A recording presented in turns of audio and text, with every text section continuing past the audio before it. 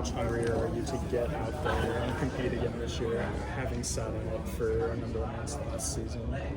I'm really excited. I mean, it was 9 months of recovering from that injury, and now I'm lucky that I'm able to, go out there and perform again. So, I mean, this is a dream for me, and for the other Cuban guys, it's like a dream too, because in Cuba we used to wrestle with no crowd, and here you go to Hilton and there's like 10,000 people screaming when you get a takedown, and I'm literally just thinking about how can I get a cool takedown so this place goes crazy, and that's what I enjoy about wrestling here in this country. It's just like I'm getting chills just talking about it right now, because it's electric, man. Let's talk about that. So a lot of the in-state rivalry duels being at Hilton this year with Northern Iowa and U of I. I mean, you guys got to experience it last year at Carver and over at McLeod, but to have the home crowd behind you, not necessarily a bunch of opposing fans cheering against you, does that still kind of give you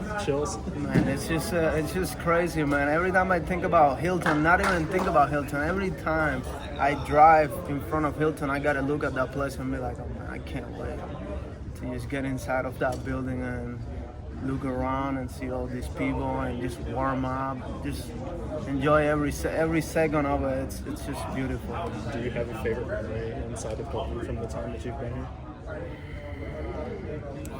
Man, there's so many good memories, but I really liked the match against you and I when I beat Hapo, because it was my rematch coming from a loss, and I hit a big throw. I threw him on a suplex him, and it was just a very cool moment.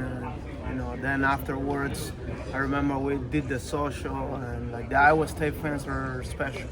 They treat you like family. Like after that duel, everybody is coming and telling me how cool that move was, and that's what I'm excited about. Just trying to go out there, have fun, enjoy the moment, and try to make good memories. That's what it's all about. We talked about kind of athlete leadership from some of the veteran guys that have been here and who have experience on the national stage. What do you kind of preach to some of the younger wrestlers in the room, kind of being as experienced as you are? Well, I don't preach much. I just try to, lead by example. I try to, I see a lot of the new guys coming in, and I dress well. I like to dress well. I like to smell good. I like to smile when I come into practice and joke around with the guys, and that kind of creates a safe culture that you can be yourself and still be respected and still get a picture on the wall, because the new guys that are coming in, sometimes if you're an older guy and you're like in your own space and you don't welcome people, that makes the younger guys feel a little insecure, and they think that that's the way to do it, but that's not really it, because it's a family vibe, and you see all the younger guys just dressing really cool too, putting some cool shoes on and smelling good too, and when you shine, when you're confident and you're shining, you give other people the opportunity to do the same thing. So that's the way I lead, and I just talk to everybody, the new guys, I talk to them and I treat them just the same way that I treat the older guys. That's why it's gonna help them later on, because they're gonna do the same thing for the ones that are coming behind. So. Do you have a favorite cologne? I love Tom Ford, and I've been using Valentino for a while. Okay. I'll put you on that. Etch, how did you reflect on your wrestle off?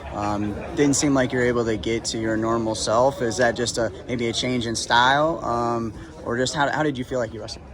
I'm not gonna lie, I'm not so happy about my performance, because I know that I have a huge arsenal and my offense is huge, and I don't really want to get too much into what happened in the wrestle off, because I wrestle against one of my teammates, and he is from Cuba as well. But I'll say something that my dad said, and since it's not coming from me.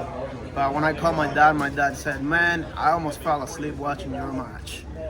you gotta entertain me, man. You gotta put on the show. You gotta snap people down. You gotta get to their legs, because that's what you've been doing since I taught you how to wrestle. And that's what's gonna happen. I mean, it was my first official match after a long time, and I feel like the nerves got to me a little bit because I was protecting. And when you wrestle protecting something, you're not wrestling free. You're not letting it fly. So I feel like moving forward, I just gotta keep thinking about hunting and just going all out and not caring about the outcome, because I kind of stopped thinking about winning and focused on just being mean and being aggressive throughout the whole match. And when you have that kind of mentality, good things happen. So. Awesome.